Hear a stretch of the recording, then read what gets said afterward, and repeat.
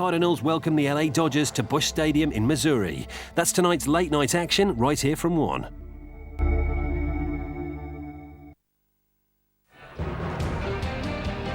Thanks, Lee, and welcome to a continuing day of racing action here on the NBC family of networks. I'm Bob Varsha at Exhibition Place in Toronto, Canada, where we have gray, cloudy skies overhead, but thankfully a dry racetrack and much better weather in the forecast. This was the scene yesterday.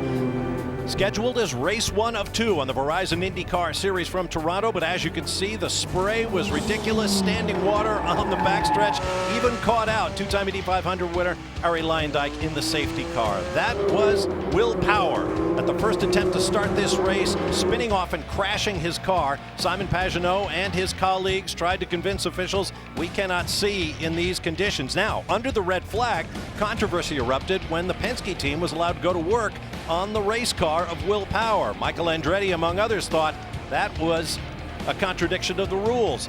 The race never started before Power and 2 other cars, Ryan Briscoe and Juan Pablo Montoya, were whirled to the starting line. They were originally told they would take their original qualified place for this race. They will start at the back as we get set for a 65-lap shortened race. Now let's hear from our pit reporters, beginning with Marty Snyder. Well, Bob, all 3 of those cars that you mentioned will have to start at the back today. Ryan Briscoe, Juan Pablo Montoya, and Will Power. I talked to all 3 teams. They all understand why they have to start at the back. What they're upset about is why the race was shortened. That decision was made by the drivers' committee. Just 3 drivers. The rest of the drivers were not consulted about that. That clearly gives these guys in the back less time to get to the front. I talked to Will Power moments ago. He told me, listen, starting this far back with a shorter race, a top 10 would make me thrilled. Kelly Stavis?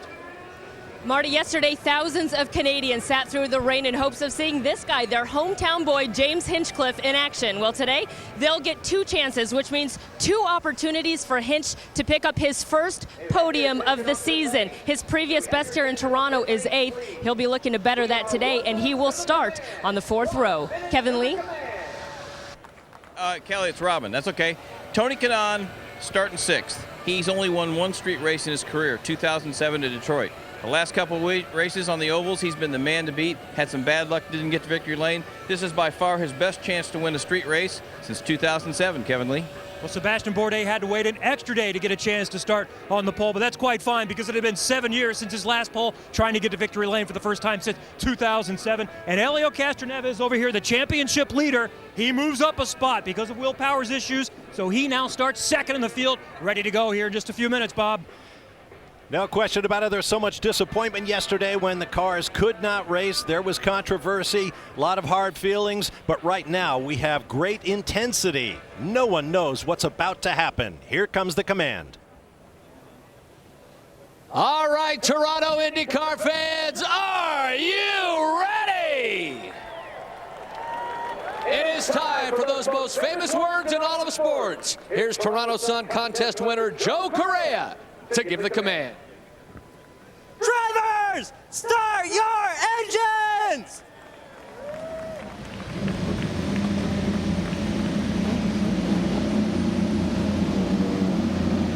Well, that was great enthusiasm. And it's going as matter of fact, in terms of the drivers, he was standing in front of it times, but they were actually giving us a thumbs up. Well, this is the command when it's up to chicken. I hope that's nice.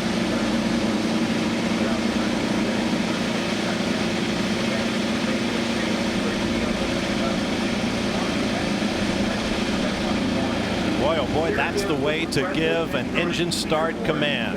I'm Bob Varsha, joined by Townsend Bell and Paul Tracy up top. Guys, are you guys ready to go racing as I am? I am. You know, after all of the drama of yesterday, the disappointment, nothing fixes racing like racing. As soon as you can get on the track and up to speed, all of the problems of yesterday will disappear, and it couldn't come any sooner.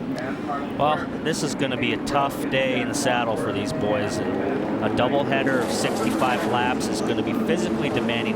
If you can imagine running a marathon race or a 2/3 marathon, say 20 miles, and then getting a 2-hour break and then having to do it again, this is definitely going to be physically taxing on these guys. And I feel that the guys that minimize their effort and really are smooth, guys like Dixon, see a problem with Munoz. The guys that drive smooth and consistent and smart are the ones that are going to really get a good boost today. As Paul mentioned, these races originally scheduled a day apart at 85 laps have now been reduced to 65 laps or 90 minutes, whichever come first. There's Ryan Briscoe, who had problems on the first attempted start. And this is one of the knock-on effects, guys, of a lot of moisture yesterday. Yeah. There are so many little parts, electrical issues that can jump up here with moisture creeping into the cars. They've got Briscoe refired, so maybe he just stalled it there on the grid. He's off and away. That's good to see. A little bit of moisture in those clutches. And as he retakes his place in the starting order, let's check our Mother's Polish starting grid. Sebastian Bourdais was the story of qualifying. First pole for the four-time champion since 2007. And now, as Townsend pointed out, Helio Castroneves, the points leader, moves up to row 1 alongside. And that moves up Ryan Hunter-Reay to inside of row 2. Look for him to make a hard charge. He's about 30 points out of the lead. He could have a great day. So we see Tony Kanaan. He's looking for his first streetcar win since 07. Philippi, the highly touted European F1 test driver, coming over here trying to make something happen. Row 4, Justin Wilson, always good on temporary circuits like this one. Row 5, Scott Dixon, like Kanaan, trying to pick up that first 2014 victory for Chip Ganassi. In row 6, you've got Graham Rahal and Takuma Sato in 2 Hondas. And then back in row 7, Mike Conway looking to find his earlier form when he won Long Beach this year with the Carpenter team, and Carlos Munoz outside row 7. You see Jack Hawksworth, he was ready to go yesterday. He wanted to give it a go, and Sebastian Saavedra in row 8. We have row 9, Carlos Hortes. He was the rain race winner in Houston, and Charlie Kimball. On row 10, Mikhail Aloshin, the Russian rookie, and Marco Andretti, who had a very frustrating round of qualifying, and will start toward the back, but not at the back because of the repositioning of Ryan Briscoe, Juan Pablo Montoya, and of course, Will Power, whose once substantial championship lead is now a 9-point deficit to his Penske Racing teammate Helio Castroneves, who starts on the outside of row 1. Get ready for one historic day in the Verizon IndyCar Series. Not since June of 1981 has the series run 2 full points-paying races on a single day. Checking our onboard cameras, you ride with Ryan Briscoe. Thanks to our friends from Verizon. Graham Rahal carry the National Guard onboard camera for RLL. James Hinchcliffe, the darling of this big Canadian crowd, carries the United Fiber and Data on board. Then to Simon Pagenaud, had a heavy crash just at the end of qualifying, but the car is repaired, he's ready to race, and he carries our Lucas Oil camera. Helio Castroneves, now starting outside row 1, has our Chevy on board. And Joseph Newgarden has our Verizon streaming camera. Remember to download the IndyCar 14 app. Visit Verizon.com/IndyCar, the App Store, or Google Play. Verizon and IndyCar driving technology. Quickly to Kelly Stavist. Well, because yesterday's race was declared wet, the drivers do not have to use both Firestone red and black tires today. But it's interesting, you will see a mix of them throughout the field. Several of the black teams on black tires, I should say, told me that it was way too risky to try those red tires. They just didn't know how many laps that they would use. Justin Wilson said, hey, we only need one sacrificial lamb to go out there in red tires to see if they'll last. And in fact, it looks like about half the field is on them, so we'll have to see how the tires play out in the race. Thank you, Kelly. Now, the race was originally to feature a standing start, but that has now been moved to race 2 this afternoon. We'll have a rolling start for race 1. To Marty. And Bob, because we are 65 laps today, this should be a one-stop race. In order to do that, you're going to have to stretch your fuel mileage. In order to do that, the driver needs to see on his steering wheel what fuel number he's driving to. For Simon Pagenaud, he sees zeros under the fuel. Right now, that gauge not working, so he has no idea what kind of fuel he's burning inside the car. Oh, boy. Throw the pre-race strategies out the window. After the rain, after the changing of the race distance, after all of the stories you just heard about, finally, at long last, it is time for these Canadian race fans to see what they came for. The Verizon IndyCar Series, as Sebastian Bourdais and Helio Castroneves come down to the green flag. We're racing in Toronto. And Hunter-Reay's got a great exit out of that final corner, looking up the inside, but further back, look at Tony Kanaan making a move on Pagenaud. They are certainly not wasting any time with that move by Hunter Ray, slicing down the inside for third place, as now he's got his sights set on Castro Neves. And Hunter Ray's got a lot of pressure from Kanaan coming from behind. Hunter Ray in the bright yellow car. Oh, an attack at the front. Castro Neves taking a look at Bourdais. 5 former winners of this race are in the field. Here's the sharp right-hander at turn 3. Oh, and around goes Simon Pagenaud. Pagenaud got touched in that left-hand kick, and that's Newgarden with contact over his front wing. Takuma Sato in the number 14. And he won't have to worry about that fuel meter now, will he? Guys, after all of the drama of yesterday, we've got a dry racetrack, and it's now completely blocked. You see Mike Conway waving for a restart. Pagenaud trying to get going in the orange car there. I think he actually hit possibly Sato trying to get spun around. Well, it looked like they were going 2 abreast up the hill like we talked about in the pre-race yesterday, that it's hard to do, and he got clipped in the rear. As you see, they're coming up the hill, and he just got touched right there. That's Philippi up the inside in the black car. Newgarden trying to avoid, gets hit by Sato. Conway locks up. Munoz with nowhere to go. A lot of damaged Basically, cars there. Everybody from 10th on back held up or involved in this incident. It's a very narrow track. There's Newgarden with the day glow accents on his Sarah Fisher Hartman racing And guys, car. look at the chain reaction. Hunter Ray pushes Kanaan a little bit wide. Pagenaud gets checked up. Philippi's to the inside, and it's just one massive chain reaction. He buried the throttle to try to get it to do a 360, and it wouldn't go all the way around for him. On board with Joseph Newgarden. Wow. And he hit from every angle there. He had the thing under control and slowed down, but he just got crunched from behind. So here we watch Hunter Ray in the yellow car out wide with Kanaan. Pagenaud's not sure if they're going to have an incident, so he checks up. Then Philippi dives into that left kink and turns Pagenaud. Yeah, there was just really no room to try to even put it there. I mean, Pagenaud was giving some room and make sure he was getting up the hill. And I'm sure Pagenaud didn't know a car was, with a nose up the inside. A car would try to squeeze between a half a car width wide hole. We're watching Joseph Newgarden here on pit lane as his guys race to try to fix the damage to the rear end of that car. Townsend, it's right rear suspension, but it's a fairly quick fix. I don't think it's going to be as long as like Will Powers was yesterday, but victim of circumstance, nowhere to go, and he just threw his hands up and said, what am I going to do? Well, the answer is nothing. Get to pit lane and fix it. I mean, you feel for the guy. That's a tough break. Put this down to the shortened race. Everybody trying to get it done as quickly as possible. We'll take this opportunity for a break. You're watching NBCSN's coverage of IndyCar, brought to you by Battery Tender, proud sponsor of Graham Rahal. Become a part of the race at racetogive2014.com. And by National Guard. Become a citizen soldier. Learn more at nationalguard.com. We'll be back to Toronto.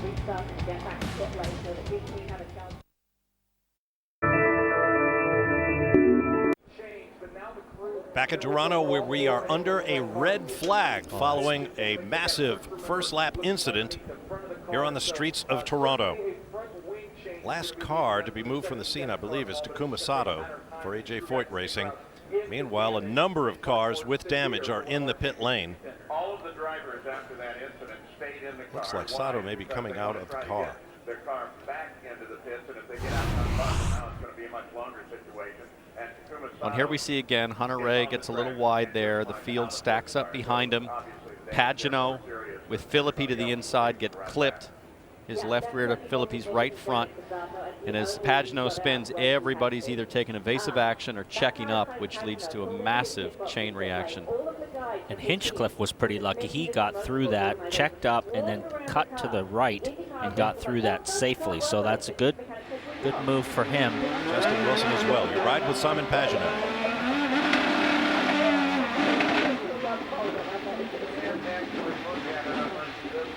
Well, it's like adding insult to injury as Newgarden clips his front wing going by. Let's go down to Marty Snyder.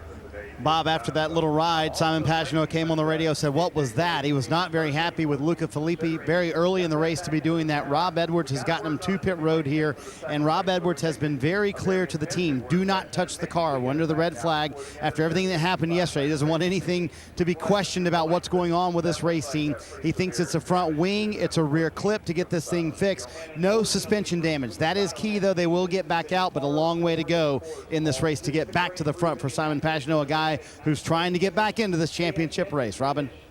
You know what, Marty? Sarah Fisher just asked me, she goes, why does Will Power get to work on his car and ours is sitting here and our mechanics are told they can't work on it?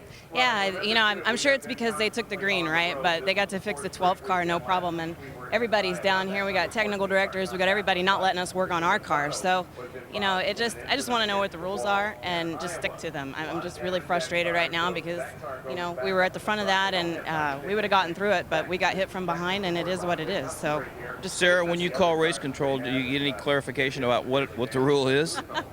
It takes a minute, yeah. It takes a minute. Okay. She hasn't cussed yet, but AJ might. Bobby? Sorry, Kevin. Well, Sebastian Bourdais did maintain the lead through corner number 1, but Helio Castroneves, who was here on pit lane right before him, thought he had a run and thought he might have enough, and after he didn't make it, he radioed in and said, I don't think my overtake button is working right now. They did just tell him, we think it's good, we reset it, you do have it, so that's good news for him. The other issue is, like Marty reported on Simon Pagenaud, he was a little bit uncertain whether he was getting a register of how much fuel he had on board, but that seems to be okay. But a couple of concerns early on for the championship leader, Helio Castroneves, sitting here on pit lane in seconds.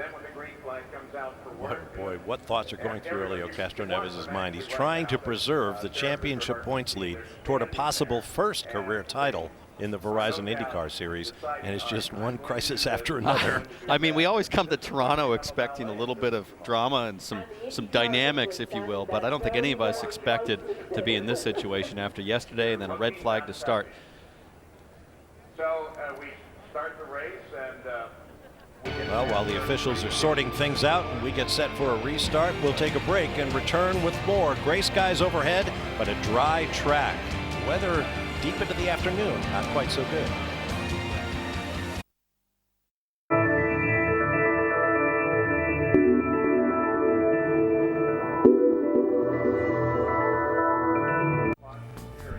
There's a nice look down on Exhibition Place. On the left, BMO Field, home of the Toronto FC Major League Soccer franchise. Right now we are still under a red flag. Officials have informed the Verizon IndyCar field that the red flag remains out due to the extensive cleanup going down following this heavy incident on lap 1. Now there's the car of Takuma Sato for AJ Foyt Racing.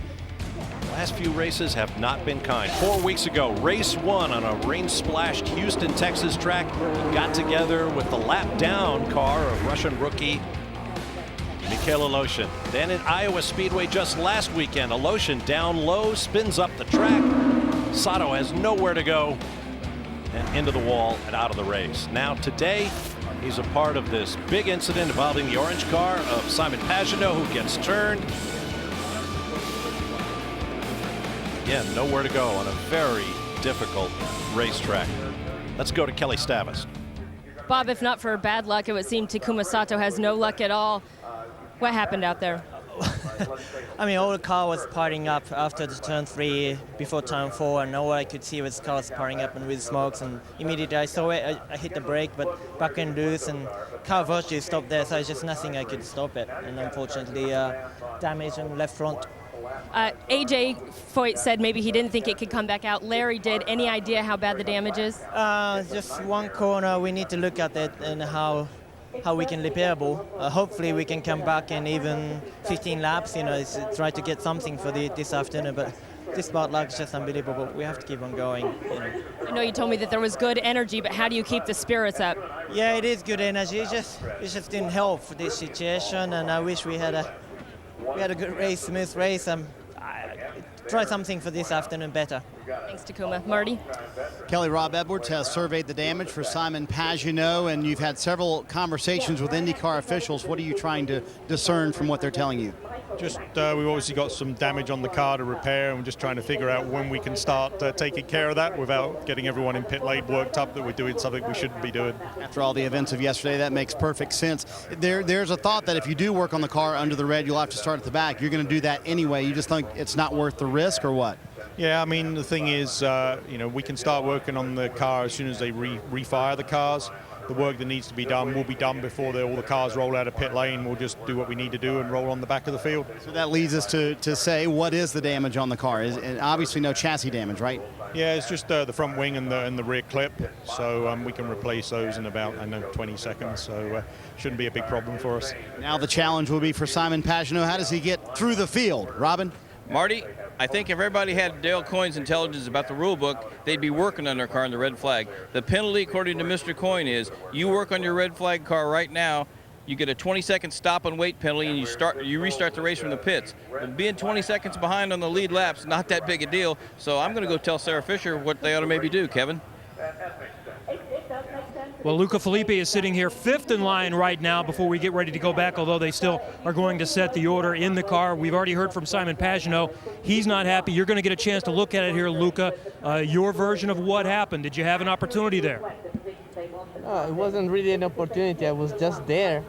He was open in the entry, and then I think he misjudged the distance between the wall, because I was actually there, and I wasn't doing anything special. I was just driving around the corner.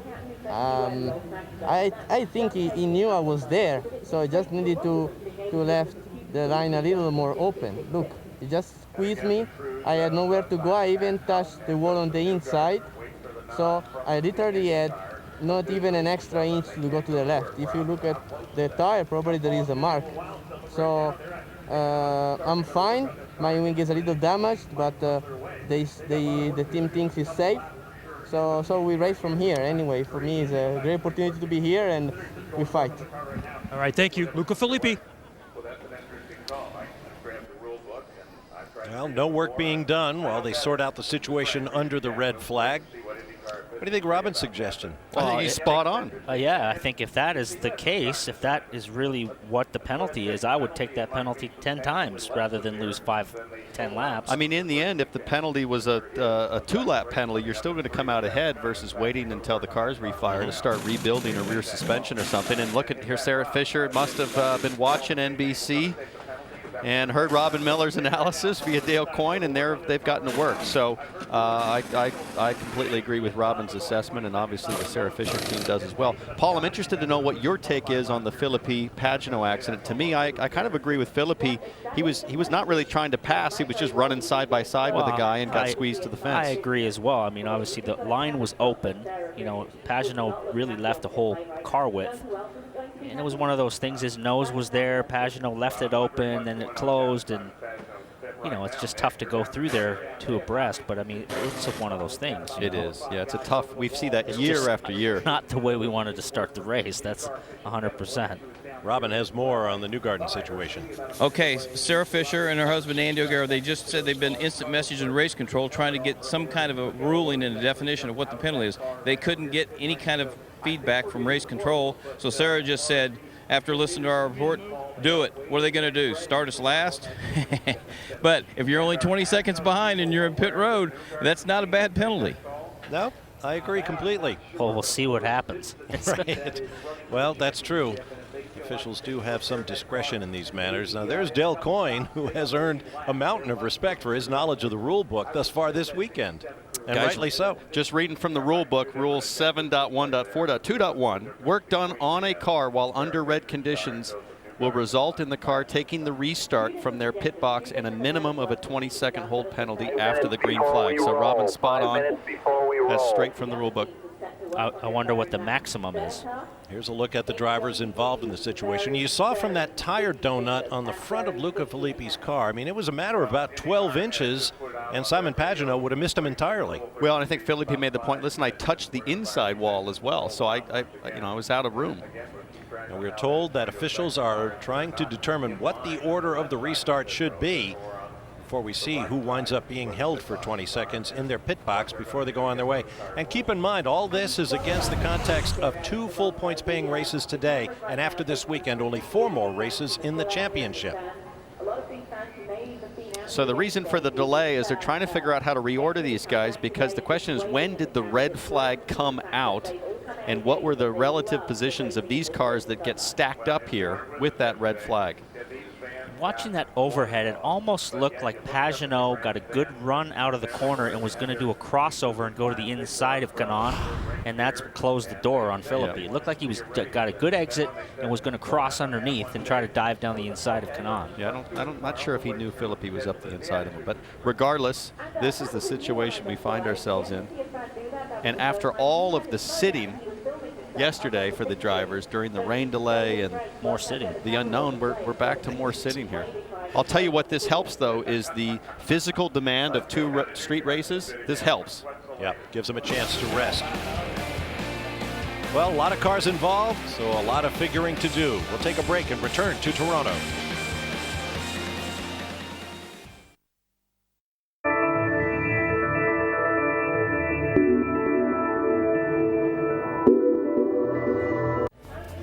Well, we see Joseph Newgarden's car's been rolled out. They've fixed the right rear suspension. And the king of rules, Dale Coyne, who gave Sarah Fisher some advice. Now we hear conflicting stories, Dale, that he's going to be allowed to restart here. But you think they may be coming in? Yeah, I mean, the rule came out after Indy. It was actually Justin's rule because we weren't told what we could do there to work on the car during a red. And then they came at the Indy 500. Yeah, this year. The rule came out afterwards that if you work on your car in a red, you'll have to do a penalty, which means you got to take the green on the track, come in and hold for 20 seconds, and then go again. So that's the penalty. So you weigh whether it's a quick fix in the pits or whether it's a long fix. So they did the right thing. You don't want to lose a lap. Your 20-second hold is probably going to lose a lap anyway, but that's the right. And where you start the pits or the back isn't a big deal, but they got to be sure we get the 20-second hold on all those guys that went to the right up there. Okay, thanks, Dale. Kevin? Jimmy Vasser, one of the co-owners of KVSH, and the pole sitter Sebastian Bourdais.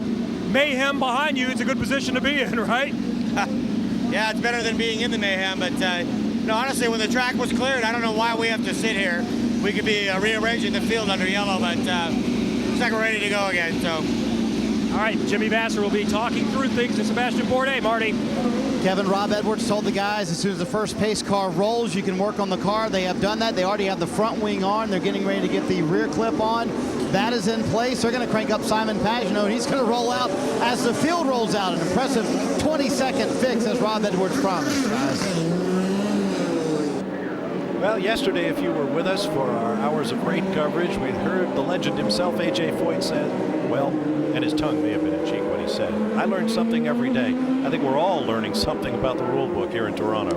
That was a good call by Rob Edwards. They obviously knew the extent of their damage and weren't willing to take that risk of a stop and hold penalty. So, look, he started, so he's going to just start from the back of the field, no loss. So we'll see what the penalty is, whether they apply the 20-second to Sarah Fisher or hold for longer. We don't know that for sure yet. Based on the first lap, restarting from the back might not be a bad strategy. And it brings up something we talk about a lot when it comes to what happens down in the pit lane. Just keep your cool, assess the situation, and take a rational decision.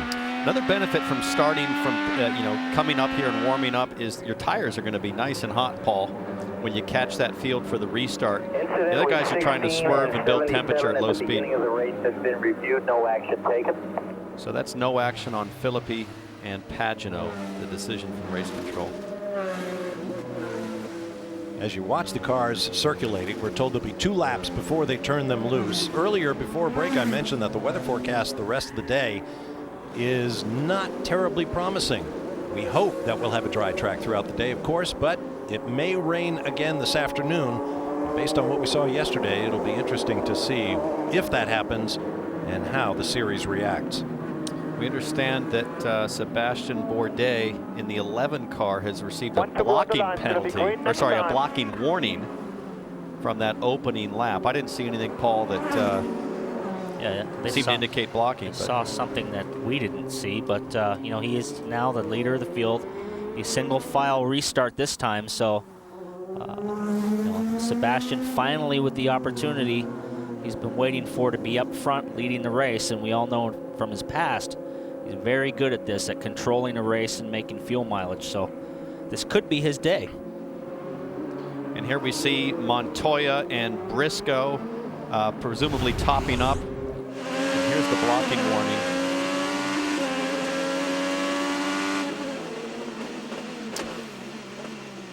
Yeah, a bit of a dart across the bow. Not sure Castroneves was making a move, but that looked awfully European in terms of cutthroat racing. Well, he had Ryan Hunter-Reay coming up on his right side too, did Helio Castroneves. So we will get the green this time by. This is a 1.75 mile 11 turn road course, and it's worth remembering it's a street course. These are normal everyday streets, oil dropped by buses, cars, motorcycles, what have you. And you mix that with the rain we had yesterday, it's easy to see why it was so slick and officials were so careful about the decision as to whether or not to race in the wet. Having seen just for a fraction of a second, Phillippe's wing is flapping a little bit, so it is broken. We'll see how that affects his car and the rest of the guys behind him here as we go to green. After a 17-minute, 45-second red flag, we are back to green. Bourdais with a huge jump. Once again, Ryan Hunter-Reay looking to get around Helio Castroneves for second. That's a good run out of that corner. Watch the yellow car. Castroneves is going to drive driver's right here. Makes him go to the outside and protects the inside line. This will be a tough one to go around the outside, but he might be able to pull this off with the inside line. Uh-oh, left-hander coming up. He's got him.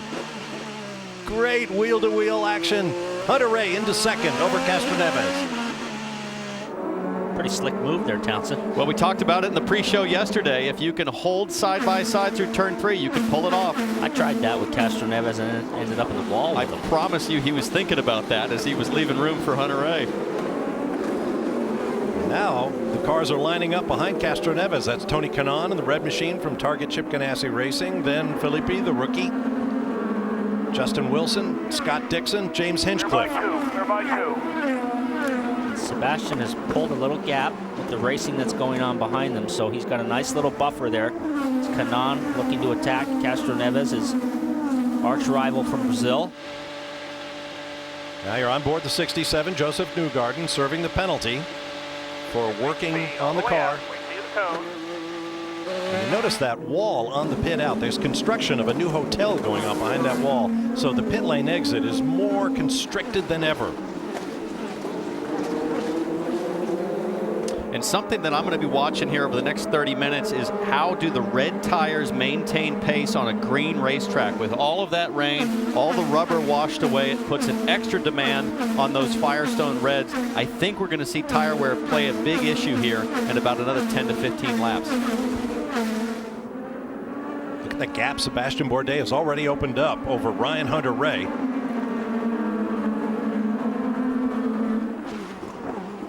Gap of over 2 seconds, first to second, and then this long train. You see how bumpy the front stretch is. There's Will Power, currently shown in 18th position after starting 23rd. Now you're on board with Pagenaud. That's Power up ahead. And these two guys don't have any love lost for each other. They've had some drama on the street courses of Long Beach, so this could be an interesting fight. Marty?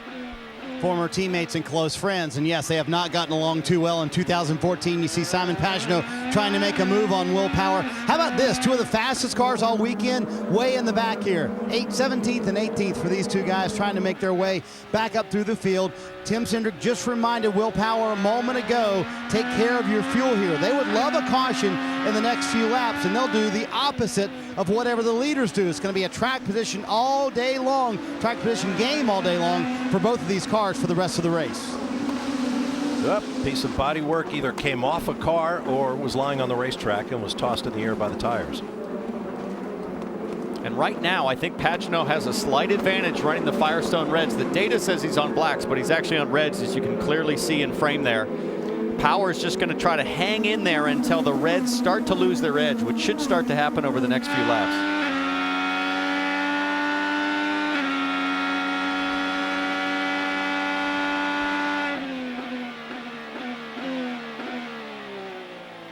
down to first gear for turn 3.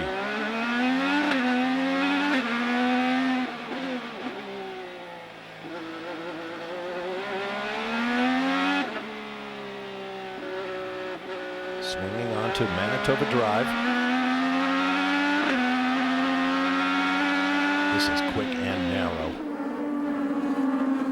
Final corners now to the front straightaway. The gap for Sebastian Bourdais over Ryan Hunter-Reay is out to 2.8 seconds. Yeah, Bourdais is flying there up front, about half a second a lap quicker the last few laps than Hunter-Reay and Castroneves behind him. That last lap. That was a good lap. I believe that's Michael Andretti commenting on Hunter-Reay's fuel mileage. So clearly they know that to go 65 laps, even with the yellow, they're going to have to stretch their mileage. Kevin?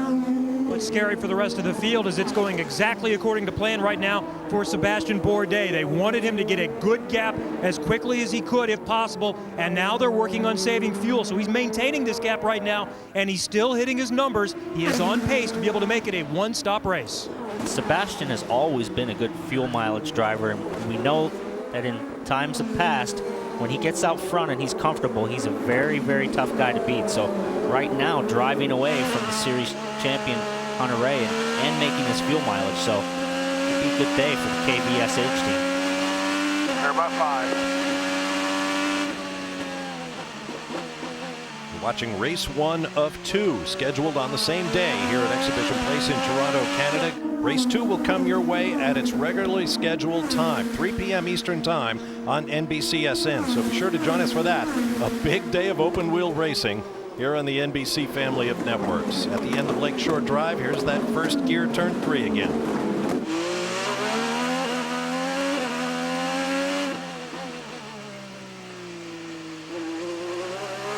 Built that wall out over the curbing at the entrance to turn 4 or 5, I should say, to prevent cars from going 4 wheels behind that curb as they did in last year's race.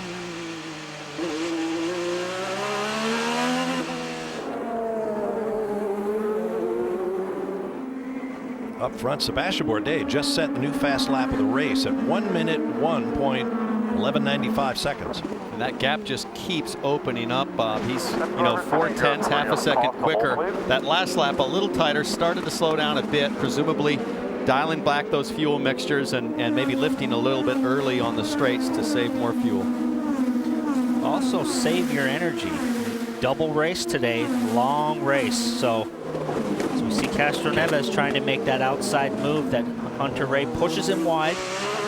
Tries to do the over-under here. Not close enough to make that happen. Castroneves burned a push to pass on that shoreline back straightaway. He has 7 remaining, Hunter-Reay 8, Bourdais 9 in the bag. And that was the effect of that new wall they put out over turn 5. These are 2 championship contenders fighting now, so as this continues to happen, it will allow Sebastian to even stretch that gap even further. Kanon in the picture here. They pulled a gap on Philippi. So it's a 3-way fight here for 2nd, 3rd, and 4th. And Hunter-Reay pushing a little harder at that last corner. He wants to try to keep a gap right here so that Castroneves doesn't have another chance to make a run on this back straight and use the draft.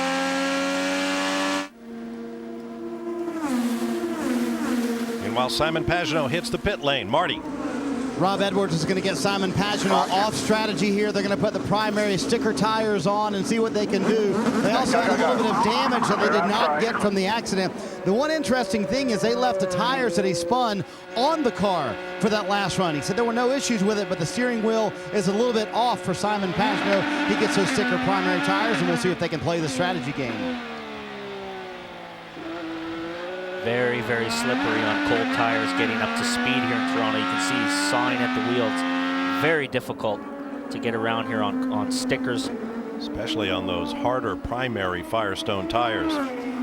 Flashing across start-finish goes Sebastian Bourdais, one of 5 former winners of this race in Toronto. He is leading by 3.1 seconds and pulling away. We'll be back.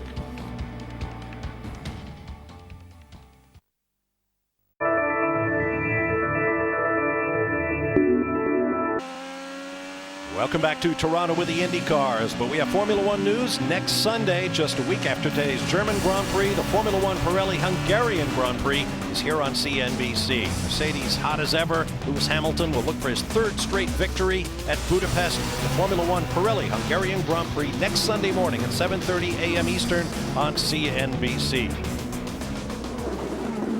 Watching the battle here between Michael Aloshin and Mike Conway. Conway with a brilliant pass to the outside for 14th, but great move. Yep, Conway, one of the cars, caught up in that first lap accident, well back in the field. A lot of work ahead of him, working lap number 14 of 65. Kelly. It has been a difficult and frustrating weekend for Mike Conway. They just haven't been able to get the setup right on this car all weekend. It was a little bit better for qualifying. He qualified 16th, gained a couple of spots because of those cars sent to the back. Well, then he was sent to the back again after that red flag incident. The team was not very happy with it. He spun to avoid making contact with any of the melee. He got stuck, sent to the back only ahead of Joseph Newgarden. The team was not pleased at all with that decision. See Mike Conway, he's really working that car. It looks like it's handling better than it has throughout the whole weekend, and Houston was really a struggle for him. He put a move on Aloshin the last lap, and he's pulled quite a nice gap on him, as we see in the background. As we see coming into turn 1, still a little bit bouncy in the front.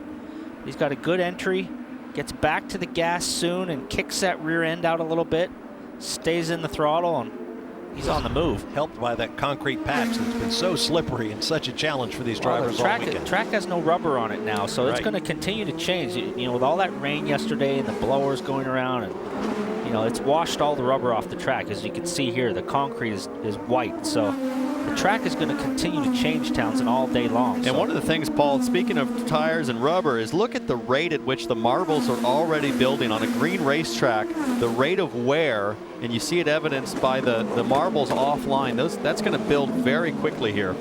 That makes it tough when you do get a run on a guy coming off of turn 1, and it becomes one line, as we see this freight train of cars with Hinchcliffe. Coming onto the back straightaway becomes one line, and you can't really get side by side with a guy. You get in those marbles, and you'll end up in the wall in a heartbeat. On board with Hinchcliffe following Dixon. Busiest man in Toronto this weekend, the only Canadian in the field racing in front of his home fans. Hinch has been everywhere. Probably happy to be in the car, as good as an ambassador for the sport as he is. Boy, he has just been all over town. His face is on every magazine. Mayor has a busy schedule, huh? Yes, he does. Is the mayor coming to Hinch's party tonight? I don't know, maybe. You should invite Mayor Ford of Toronto. Oh, that's Philippi off song.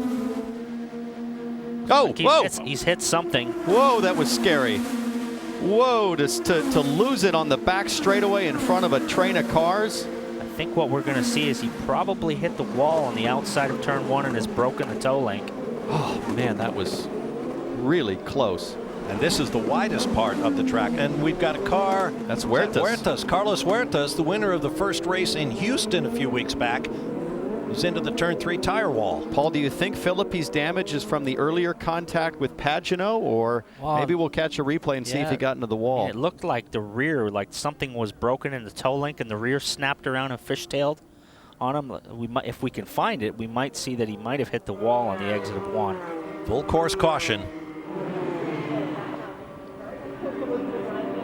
Let's take another look at that move by Luca Filippi. May not have been entirely under his control, but oh boy. Wow. Yeah, good thing that nobody was right up behind him when that happened. You know, I wonder if it's the left rear toe link, and in the earlier incident with Pagano, he mentioned touching the wall with his left rear, but did it happen somewhere else? Oh, he got wide right there in the gray. In the marbles we were just talking about. Boom, hit the wall. Bent the toe link, probably broke it, and that wheel will just move around and turn the car like you have rear steering. In fact, it's fortunate for him that Carlos Huertas got into the wall and helped bring out that yellow flag that he needed to get safely around the track. To Kelly. Well, and Paul had picked up on it earlier that there was some damage to Luca Filippi's front wing in that first incident that he had with Simon Pagenaud, but they just wanted to power through. This was his best starting position he was going to get this weekend, because remember, round 2, he will start on entrant points, and he's a part-time entrant, so he will be at back of the pack. So he said this is his race to go, so he wanted to push as hard as he can, and now you see that Rahal, Letterman, Lanigan team going to work on Luca Filippi's car. And he's shown so much pace at Houston as we watch Huertas with damage and a little banner probably caught in the left front wing. He'll have to get to pit lane. I was just going to say, we've seen so much pace out of Filippi in the one-offs that he's done so far, but he's had a real issue making it through each session and race. He was super quick at Houston, but crashed both days. The first day was a heavy crash. Second day was lighter. Obviously, there's no question he is quick, but you got to get to the end of these races, and that's what makes Dixon and Hunter Ray and these guys and Castroneves. That's what makes them so good at these races. Mike Conway's in. Kelly. And you see as they went off those red tires and put blacks on for Mike Conway's Ed Carpenter racing car, it looked to be a pretty quick stop there for the 20, and now you're looking at Carlos Munoz from Andretti Autosport also making his stop. I'm going to take back what I said earlier, having looked at that donut on the front right wing of Luca Filippi's car. It was the leading edge of Simon Pagenaud's wheel and not the trailing. So that was a stouter hit than I thought at the time. These yellow flags really help Sebastian Bourdais for 2 reasons: fuel mileage and tire wear. He's on those reds that a lot of people seem to want to get off on these pit stops, but the longer we go under yellow, the easier it is for him to make it one stop running full rich. Third race Sebastian Bourdais has led this season. He led 1 lap at the Indy 500 and another at Pocono Raceway. He is the dominant leader here.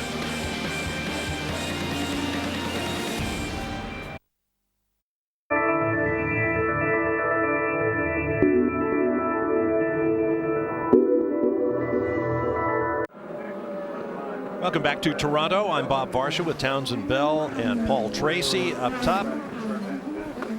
Robin Miller, Kelly Stavis, Kevin Lee, and Marty Snyder down in the pit lane.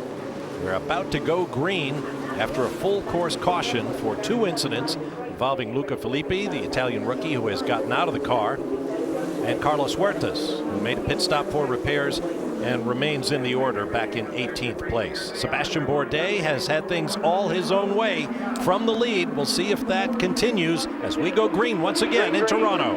Pretty late start for Sebastian. He waited on that one quite a long time, but he made a good one. As we see, Kanaan took a look down the outside of Castroneves, and he looks like he has a good run. Wilson coming onto the straight. Wilson and Hinchcliffe battling it out there. A little tough for Bourdais to get the power down there. We see the marbles offline. I wondered if he picked up a little bit of that spent rubber under caution. Oxworth taking down the outside. Graham Rahal taking a look down the outside of Justin Wilson. If he can hold the spot, he'll have the line at the next corner. Nice move by Rahal. He's having a good race. That's Wilson up ahead.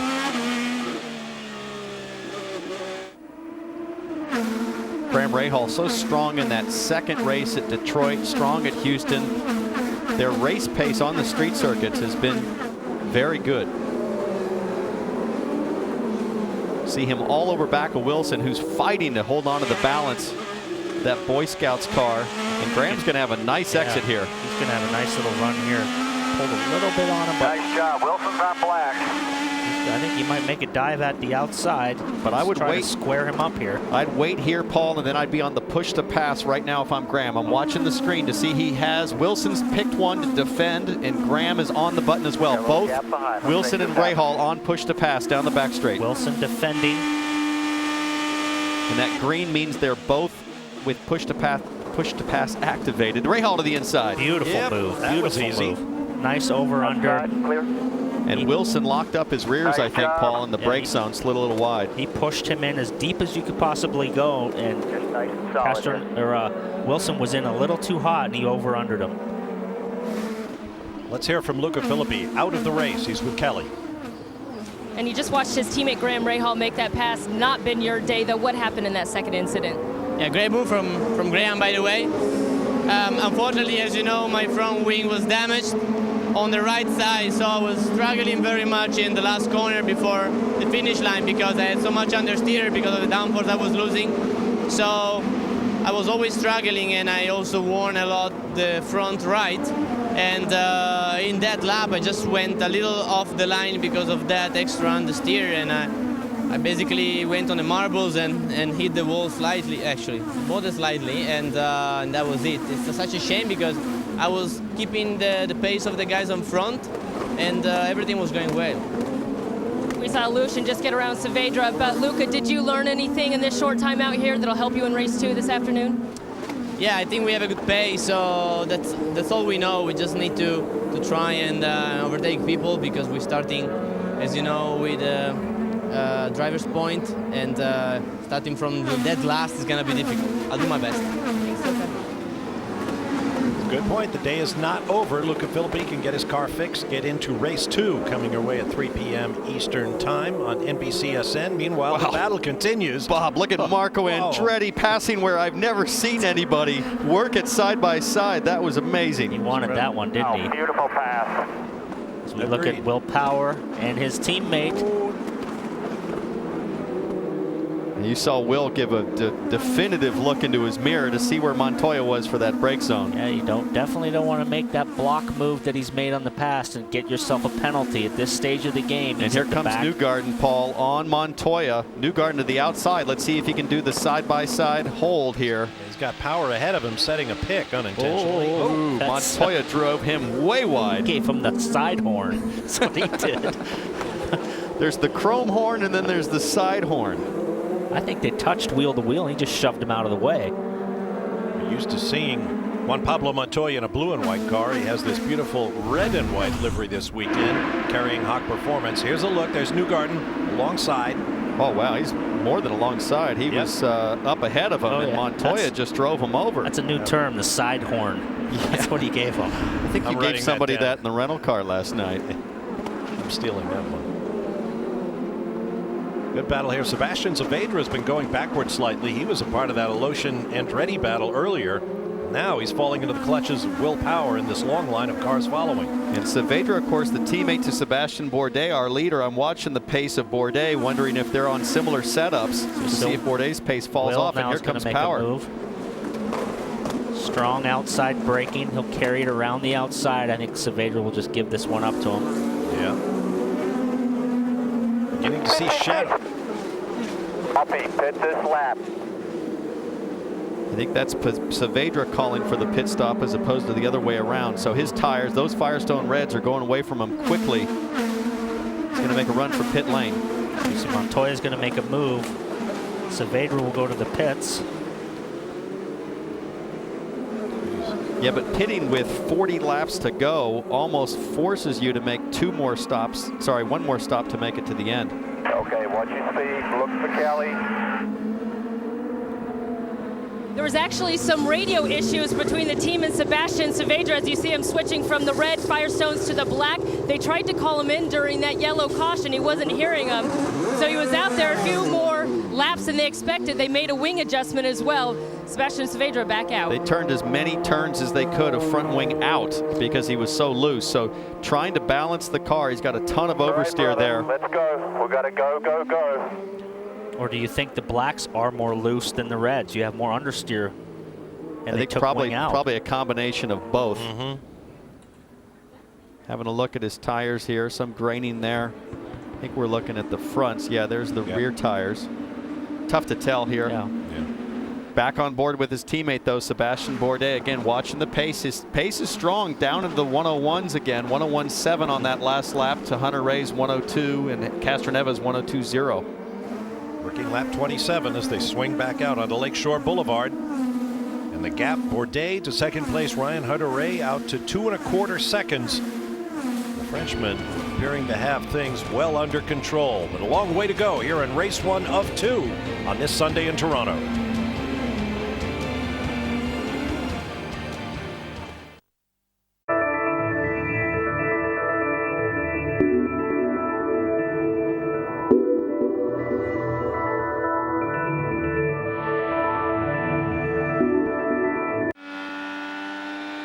Welcome back to Toronto. Here's a program note. Thursday, July 31st, Meekum Dealmakers is on NBCSN. Dana Meekum and his army of car guys get the show on the road as they head for Houston. Go behind the scenes with Meekum Car Dealers Thursday, July 31st at 10 Eastern on NBCSN.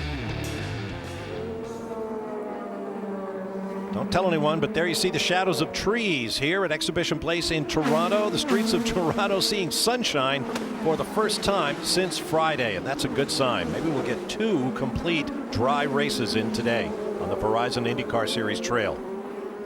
They're the biggest movers thus far. Will Powers picked up 11 positions from starting at the back. Charlie Kimball, haven't had to call his number much today, but he's picked up 8 spots. And Bob, I think right now we're starting to see the situation with the tire crossovers. You see your points as they run right now in the upper right-hand corner. Castroneves would have a 26-point lead, and Hunter Ray and Power would nearly be tied. But right now, I think we're seeing the crossover in tire performance. That last lap from Will Power on blacks, 101.3. The guys on reds are really starting to struggle. Marty?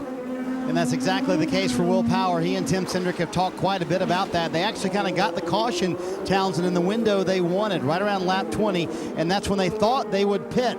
But just what you talked about, that these primary tires were getting so much better than the reds, they noticed that, left him out. He's gained 5 spots since that restart, coming up through the field very quickly. Now the interesting thing, what do the teams do on this next stop? Because the tire rules are out the window, because we had a rain race yesterday.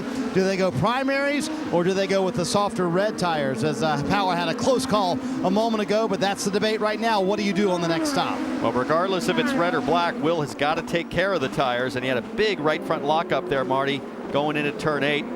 Might have a little flat spot, Paul, on his right front. As we're watching the times, it obviously seems like the blacks are lasting longer, but Bourdais is still out there on the reds, pulling away now almost 4 seconds. He's at a 101.8, so taking care of the tires.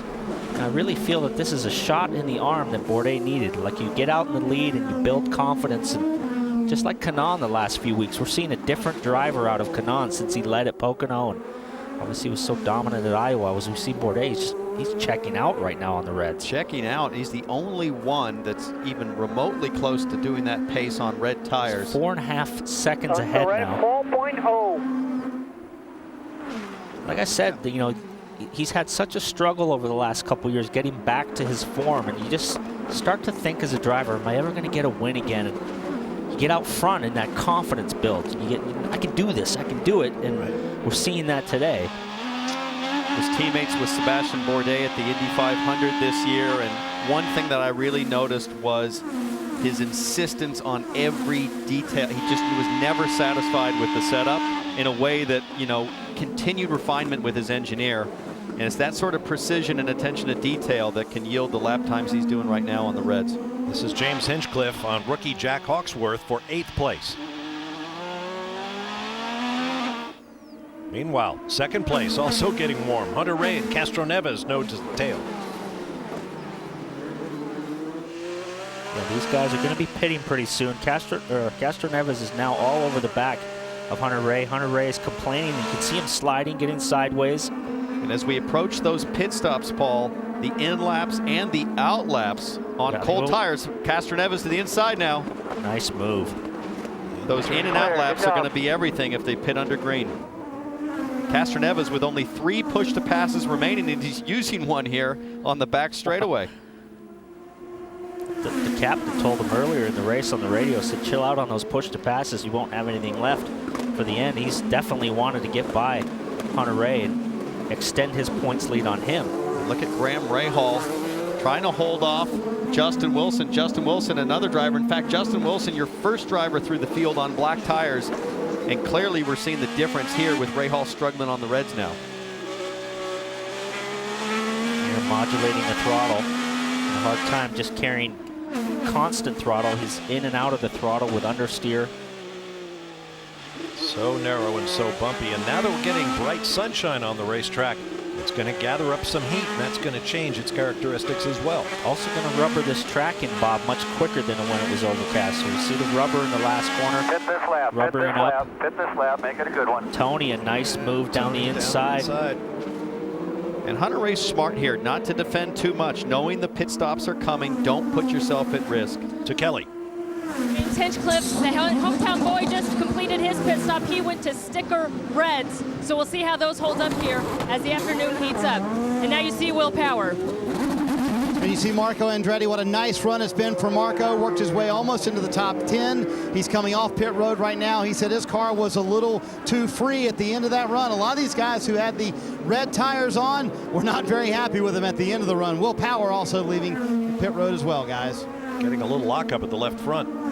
And it looked to me like Will Power might have just clipped the air hose in front of him, leaving the box, but it was a small, small touch. Castroneves still on track. Looking for Sebastian Bourdais. There he is. Boy, his last lap was just 0.2 off of his best lap.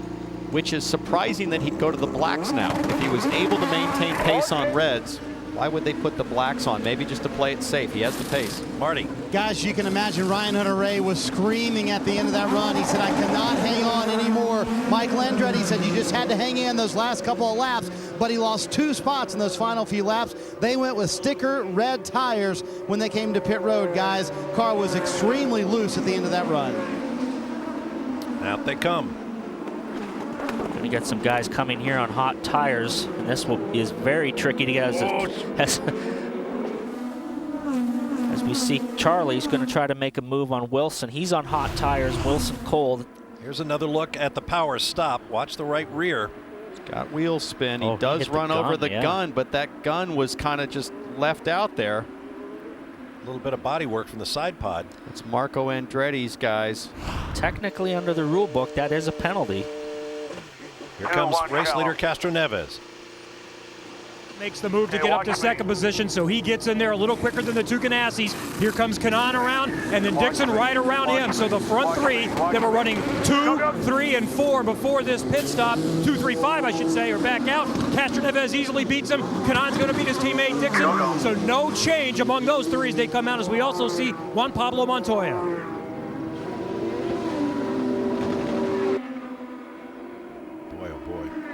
So much pit activity as Montoya comes back out. You know, in that Will Power situation, what I was wondering was Marco's guys, we see Montoya come out into traffic with guys on warm tires. Marco's guy, I think normally the right rear would hold the air gun all the way back to the wall. It was on the ground. I'm not sure why. Oh. See Hunter-Reay and Dixon getting after it. I think they almost had contact. I think so. There at the apex. Did look awkward. Hunter-Reay is back on the move. He's decided to go for reds again, it looks like. I was just going to say, Paul, he was struggling so much at the end of this run. Why would you put the reds on? And for Bourdais, he was so strong on the reds, he put blacks on. Understand no action taken on the Will Power incident.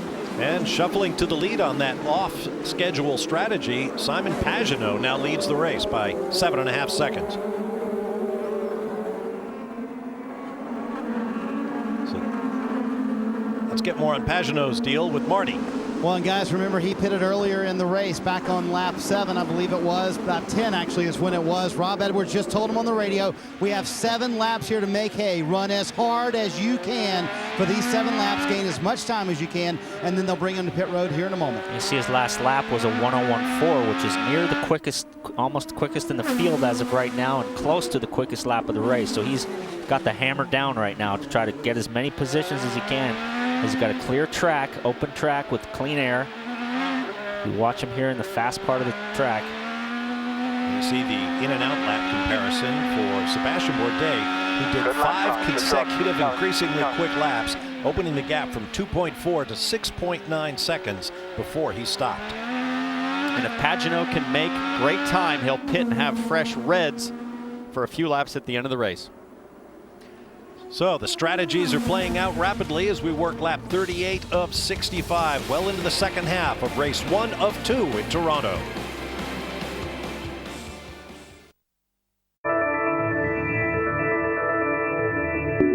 See, who was that on? Was that? He tried to go around Montoya. Back in Toronto, Ryan Hunter-Reay, the man third in the championship standings, 32 points out of the lead, has been involved in an accident. He has made heavy contact with the left front of the car. and you hear Michael Andretti telling him shut the car off. The accident was with Tony Kanaan on the racetrack, tight quarters, and this has huge championship implications. They have shut the car off. Ryan Hunter-Reay is shaking his head inside the car. They will have to fix suspension pieces. It's going to be a long repair for Ryan Hunter-Reay, and Michael Andretti clearly very upset with what's happened on the track and how this result will wind up. Well, let's look at the replays down in Calamity Corner. Turn 3 at the end of the straightaway, under braking for the right-hander. Hunter-Reay had been on the move. He passed Dixon a couple laps ago. He tried Tony on the outside, but really wasn't there. Tony had the line here, and look, they just touched, and it shot Hunter-Reay over into the wall and has smashed that front suspension. Tony was very lucky not to get spun around like Pagenaud as well. Right. Hunter-Reay was so patient before the pit stop in giving things up. And, man, he has to back out there. That's too low probability. Basically a carbon copy of the Philippi Pagenaud situation. As we see here, the front suspension, the lower wishbone is broken. It's just broken the front wing off. Comes out under the car. Surprised they won't go for a yellow to get that wing out of the track. Yeah, got debris out there. Here's Sebastian Bourdais, currently second, but set to become the race leader. That will cut your tire in a heartbeat, like I just said. I'm surprised they wouldn't get that wing out of the track. Listen, if you want to run out there, I don't think safety workers want to run out of there. Pagenaud, who had the race lead on that off-schedule strategy, came in. Looks like he put the blacks on. Kevin? And obviously that's a real big scare for Sebastian Bourdais, looking for his first win since 2007. He ran over that debris, but they already can tell from the sensors the tire pressure is okay, so they think they have dodged one. By the way, we were wondering a little bit why they not choose reds again on this final one, the Firestone alternates. All they have are scuffed reds, and they feel like the black primaries are the much safer call. You hope you're okay that you don't cut a tire, because now that wing is broken into much smaller pieces of carbon fiber that can still cut your tire down on the exit. We saw Graham Rahal make contact with Scott Dixon in Calamity Corner. Wow, we are under green.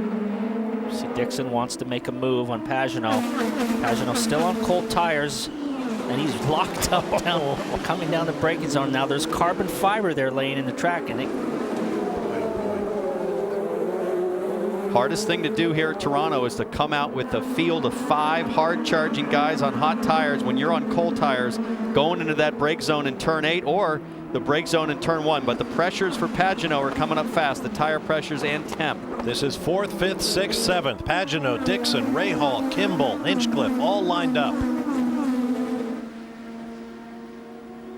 Now this was some of the most amazing car control I've seen in a long time. Hunter-Reay is wounded. Watch Juan Pablo Montoya. Whoa. That is 3rd or 4th gear, wheel spinning. That's a Tanner Faust drifting move right there. And knowing Montoya, that would have been like, whatever, no big thing. Comes naturally. Good fight here. On board with Rahal. 5 cars here fighting each other really hard. Rahal behind Dixon. Really nice race for Rahal so far. 6th place. It's the best he's run all year. Other than Houston, he was in 3rd place. Now did the battle get too hot? Let's take a look down in turn 3 on board with Rahal. Oh, Dixon ran a little wide. They touch. Yeah, you might say that.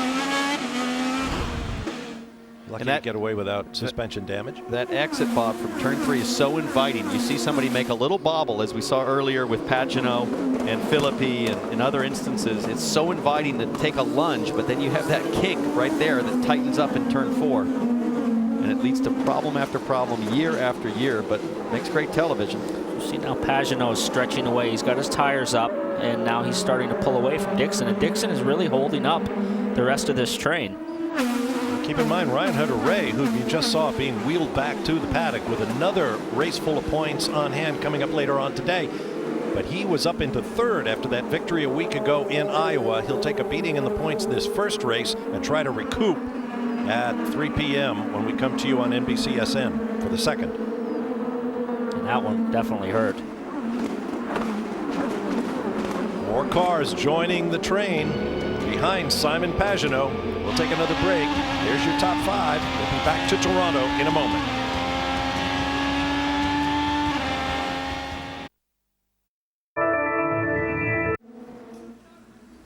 Back in Toronto, Ryan Hunter-Reay sits helplessly here in the paddock area trying to get the left front suspension. It's a lower wishbone, certainly, and some other suspension components on the left front that they'll have to fix. And all he can do from his cockpit, he can certainly hear the roar of the cars on the track. He kind of stares off into the distance and can hear all those points ticked away by each lap. They're losing points here in the paddock as they get this fixed. The team did say it would be a fairly quick repair to get him back out on the racetrack, but it's a very helpless feeling. I'm sure you drivers can comment on this, to sit here and feel all those points going by the wayside. In fact, Ryan Hunter-Reay has dropped one position as they run at the moment to Simon Pagenaud, who moves up to third in the championship as they run Ryan Hunter-Reay down to fourth. So we'll see, Bob, it's all, we got a little fight here, but at the front it's all kind of spread out by a couple of seconds in between each car. If we get another yellow, we're going to see a real tight fight as Power's now in the frame at the back of this group of cars and really hasn't moved forward all that well today, Townsend. No, but he's on black tires, and the three guys in front of him are on those reds, and I expect in the next 5 to 10 laps that those red tires are really going to start to fall off. So the challenge for Will to be making measured decisions about how aggressive to make those passes relative to the point gain and the risk and the reward and all of that, which has not gone his way the last few races. Oh, Mike Conway and Carlos Huertas. That's for 18th.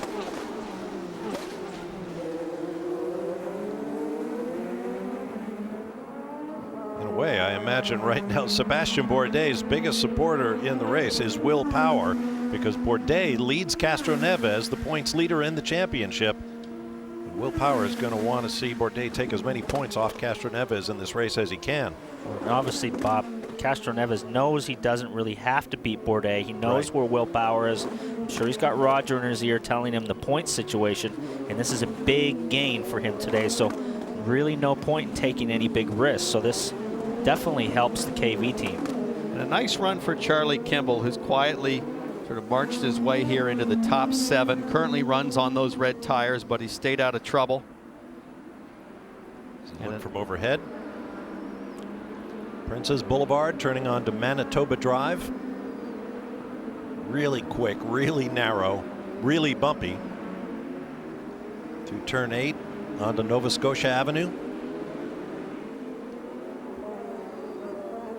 Bob, you know the streets so well. If you could help us get back to the hotel, it's hard getting out of here. I'm a little rusty on downtown Toronto, but if you ever get the chance to visit this city, do it. This place is amazing. Fantastic city, very diverse, great downtown, nightlife, thriving business community. There's Princess Gate, symbolic of the exhibition place track that has hosted the Indy cars 28 of the last 29 years. Today is the 29th start of the Verizon IndyCar Series at this track, with the 30th coming up later this afternoon. And what a day it's been for our race leader, Sebastian Bourdais, as you watch.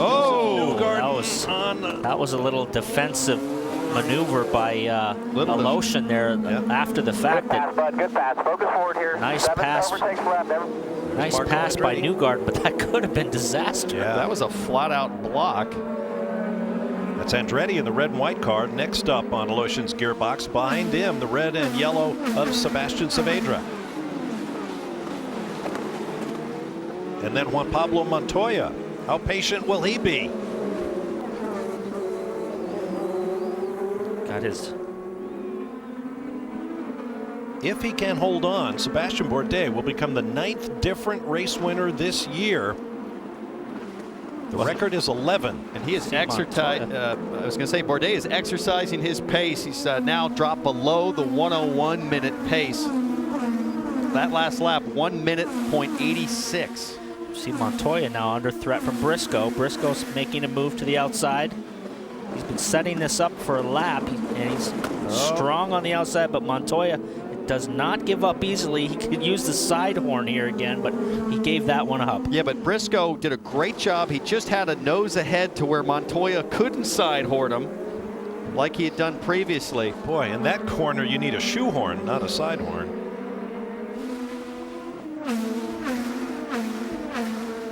Anybody else a little surprised that Juan Pablo is this patient? There they are, wheel to wheel in the brakes. Yeah, he was completely ahead by the end of the brake zone, and he gave him a little bit there on the side.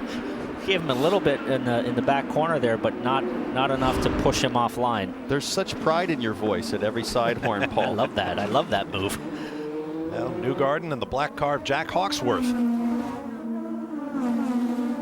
Two young hard chargers, both in Hondas, both with great road and street circuit pace everywhere we've gone this season.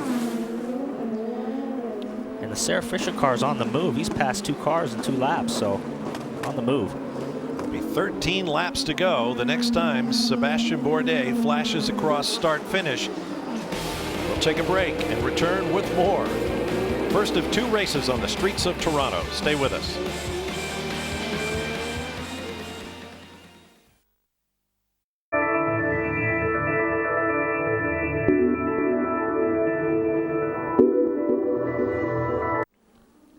We're back on the streets of Toronto. Bob Varsha, Townsend Bell, Paul Tracy up high down in the pit lane.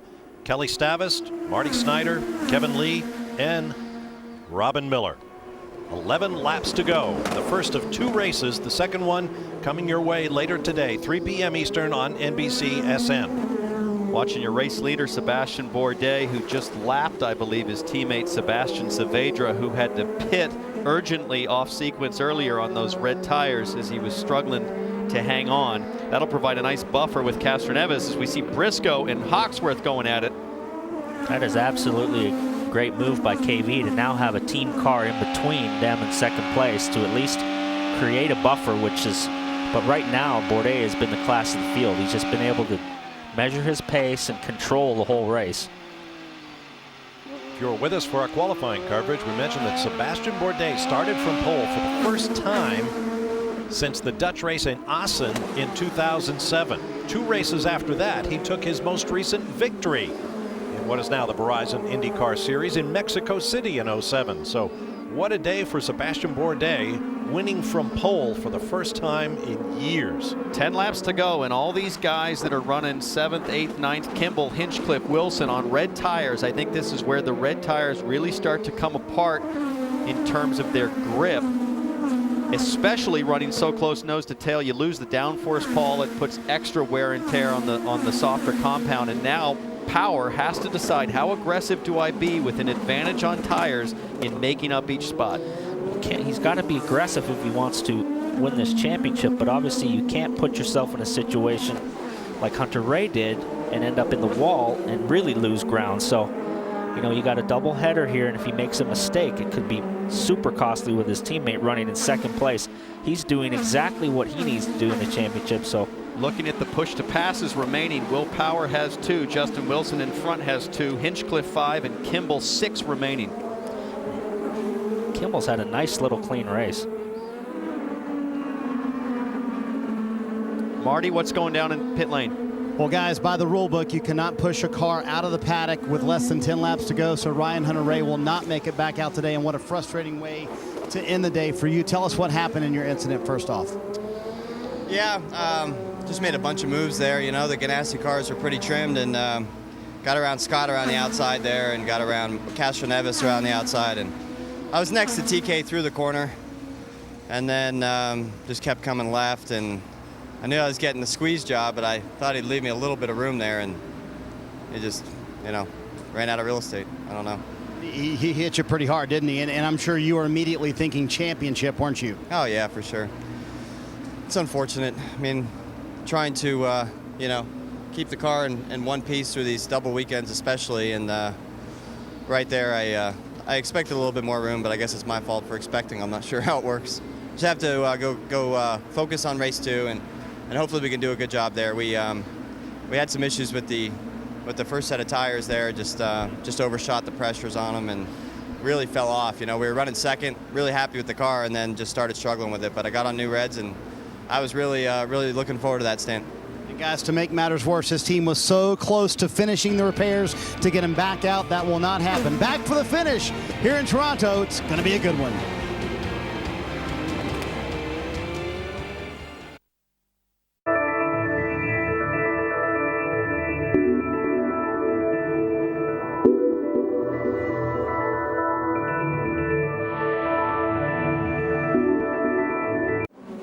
We We are back in the closing laps of race 1 of 2 here in Toronto on the Verizon IndyCar Trail. Now they got through turn 3 right there in good order, but Calamity Quarter struck again moments ago. Bob, nearly an identical situation to the Hunter-Ray incident with Kanaan, but watch Will Power on the outside of Justin Wilson. He gets right into this jam here and he decides to back out, pull the chute. Critical decision to protect the equipment. Smart decision on Power to do that, but that was going to be disaster if he tried to stick his nose in there. As we see Bourdais comfortable out front, building confidence.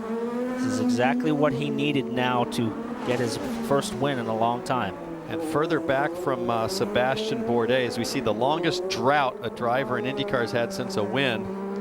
Graham Rahal at 108, Marco at 54, and Bourdais at 52. Boy, this is therapy of the highest order. And imagine what's going to happen in race 2 later this afternoon, because entrant points will set the grid for race 2. That means Sebastian Bourdais will start mid-pack. And if he has all the speed he's shown thus far today, that's going to be interesting to watch. And Will Power getting a little more aggressive now, trying to get around Justin Wilson because he's got Newgarden sneaking up from behind. Doesn't Meanwhile, look like his black tires are hanging on that well. He's sliding around and turn 3 once again. He tries again on the outside, and it's the same thing. Wilson runs him a little wide, and he just can't pull that pass off. And further ahead, there's Bourdais again, your leader. Further ahead, Pagenaud and Tony Kanaan. Pagenaud's pace has been exceptional. He has caught Tony Kanaan after the big incident at the start to come back, and now fighting for a podium position with 4 laps to go. What a drive, and what a great call by Rob Edwards, team manager.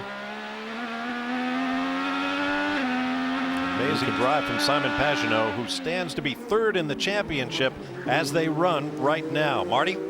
Yeah, I was going to say, let's give a shout out, and Townsend did it to Rob Edwards for that call. And really the moment that they got the track position, they got the strategy right, was lap 10, when he saw that Simon Pagenaud was not making the progress through the field that he would have liked. He brought him to pit road. That put him off sequence with everybody else, and that's allowed him to get all this track position here at the end of the race, and clearly paying off, but also doesn't hurt to have a very fast car either, does it, guys? Well, for sure, Kanaan is going to be driving for everything he can do to hang on to this podium. And if I'm Pagenaud, I don't know if I would take that risk. This is a good point stay of 4th over Power.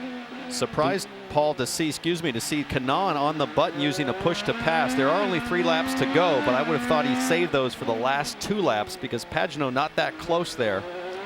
Pagenaud with 2 pushes left too.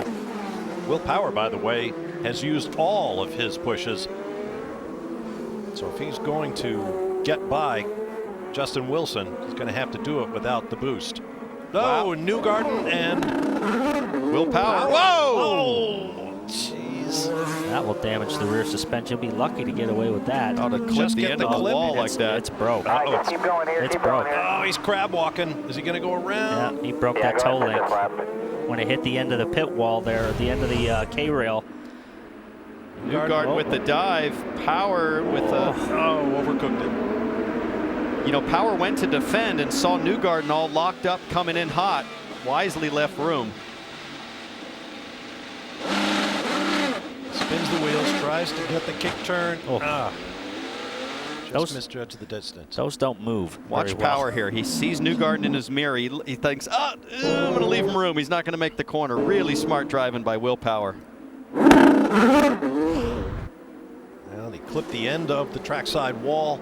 Look at Bourdais. He's going to lap Montoya in this race. Montoya hanging on to those reds sideways everywhere.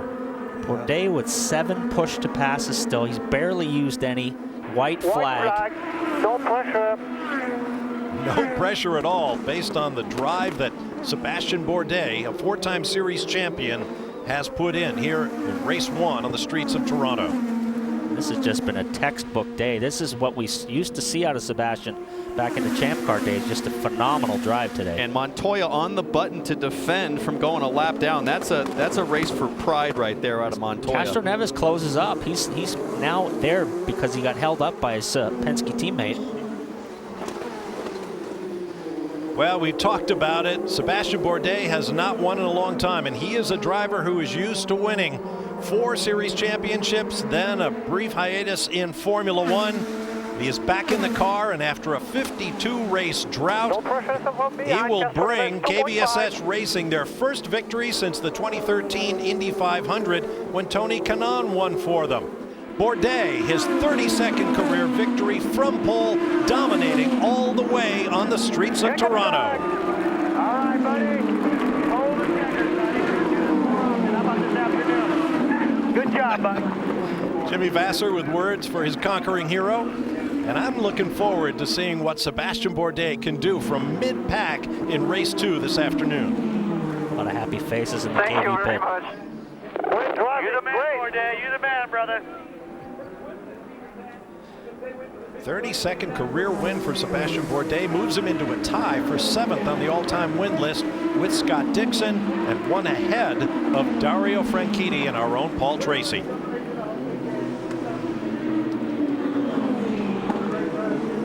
And guys, as you would imagine, a lot of smiles down here. Jimmy Vasser, come on over here. You put Sebastian Bourdais back in victory lane. Did that remind you of the old Bourdais right there? Yeah, and hopefully there's more of that to come.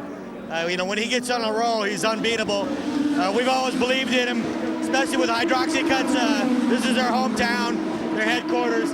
Great job by the whole team, and you know, it's nice to be back in victory lane. You know this drill from a psychology standpoint as a driver. When you've not been in victory lane for a while, what does a win like this, a dominating win, do for you? Wow, it's reinvigorating, and it's really, I think it's more to come. The team's done a great job. We've had speed all year long, and I really think this is the beginning of some more wins. We've got another one today. You can pull the double if you'd like. Yeah, we're going to come from a little farther back because of starting on the points, but we'll give it our best shot. All right, Jimmy Vasser, all these guys thrilled down here, as he mentioned, a hometown race for their sponsor. Huge win for Sebastian Bourdais. And the second win from pole for a driver this year. Remember how deep into the season we have come before a pole sitter won a race. That happened 2 races ago at Pocono Raceway when Juan Pablo Montoya did it. And now as Sebastian Bourdais breaks out the croissants, he becomes the second driver to win from pole. Didn't forget how to do donuts. Those are nice. Those are nice, perfect circles.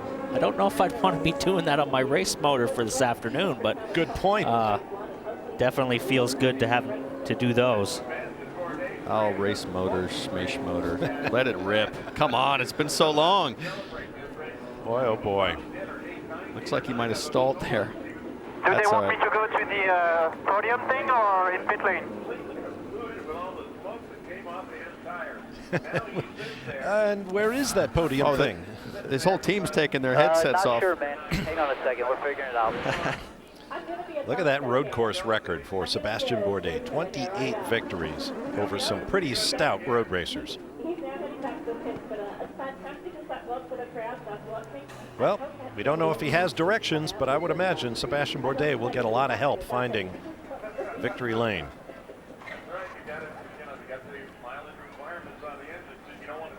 And Toronto is quickly turning in to a beautiful day. Forget all that stuff about afternoon forecasts.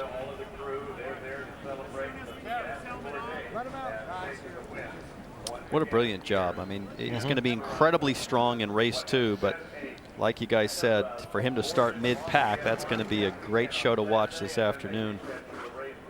That's like Jimmy said. I mean, once you get out in the lead and you know you can do it again, we've seen this with Kanaan the last couple of weeks. He's a completely different driver now, Kanaan. And so, this bodes well for Bourdais throughout the rest of the year. This ought to be fun. Kevin?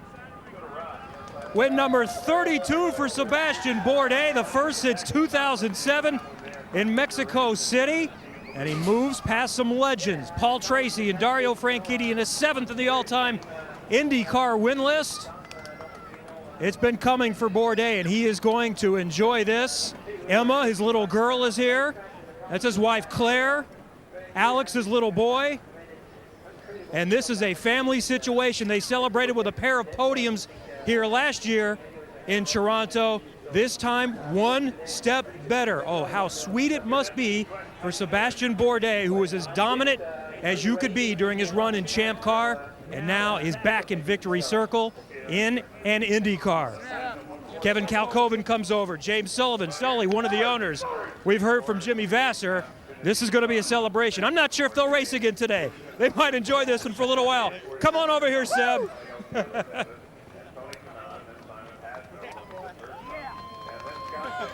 Hey, this is one race. If we fail Tech for being underweight, man, it's all good. It's been a little while. What are you thinking right now? Oh, man, just so many things. So many things. I'm a bit speechless, to be honest, because it's the kind of races that you're the one to lose kind of thing, and it just went perfect, you know, from green to checkered flag. And these guys at Hydroxycut, you know, they gave us the great support this weekend. Lone Star, Stroke OK, and you know, it's what an association with these guys. You know, they give me a second breathe. Your kids have never been in victory lane with you. No, they've been third and second here, so we had to complete the sweep. And they told you to hang on to the trophy. I still say that wasn't your fault. No, I think this year they only present the crystal, so we should be fine. How did you get this done today? Because there were a couple of challenges, but you dominated this race. Yeah, it was a pretty dominant performance from that 11 machine, and you know, we knew we had the pace after qualifying. We didn't know how the thing was going to be on really long run and tire wear and everything, but you know, it was you know, back to the old days, saving fuel and making it and being smart, and made it stick today. So really couldn't be any happier. And thanks for the fans, thanks for the support all these years. It's been 6 years, man. Just like yesterday for the pole, and it's damn sweet. Congratulations. Enjoy it for a few hours until we race again this afternoon. Sebastian Bourdais in KVSH here in Victory Lane in Toronto. Well, here's what he was talking about with regard to the trophy last year. When he got up on the podium, nobody quite told him that beautiful glass bowl wasn't attached to the bottom. Oh, well, it'll make a nice coaster. Now, for those of you who may have missed the Formula One German Grand Prix this morning, it is re-airing over on NBCSN. And don't forget, we'll be back with race 2 from the streets of Toronto at 3 p.m. Eastern Time. Stay with us.